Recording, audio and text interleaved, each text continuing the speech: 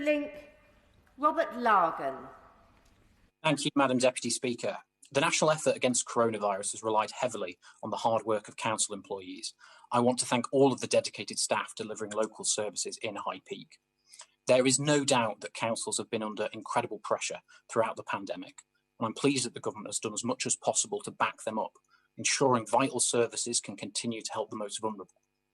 Over £10 billion has already been provided. I'm grateful to the opposition for the opportunity to debate council tax, though I'm slightly surprised that they've chosen this topic, given the shambolic record of so many Labour councils across the country. It's important to point out that, despite the cleverly worded motion in front of the House today, no council is being forced to increase council tax by the government. I can only assume that the opposition are against giving voters local control on how their council raises revenue and balances local budgets. Nevertheless, this is still a good opportunity to debate how we can fundamentally reshape the tax system after COVID to the benefit of the whole country.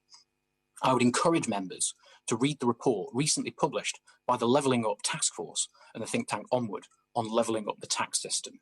So much of the debate around levelling up is focused on government spending, and understandably so. Places like the High Peak are crying out for more investment in our infrastructure, but this is only one half of the levelling up equation.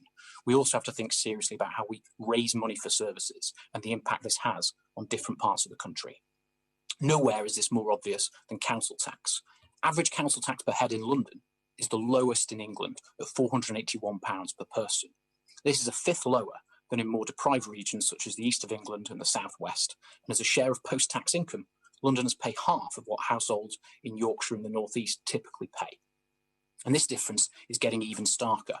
London has seen its share of total council tax revenue decline steadily, despite average house prices more than doubling in the capital.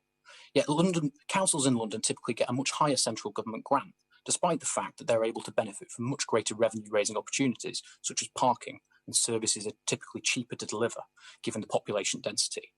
And while it's true that London generates £1 in every 5 of tax receipts, we must remember that London generates less tax than any other region as their share of GDP.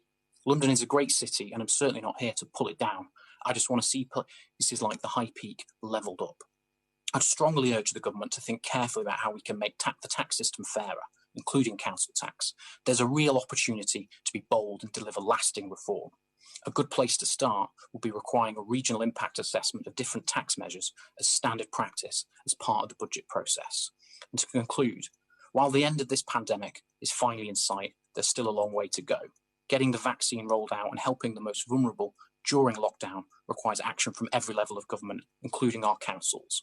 Instead of tying their hands like this motion sets out to do, let's figure out new ways of making the tax system fairer for everyone.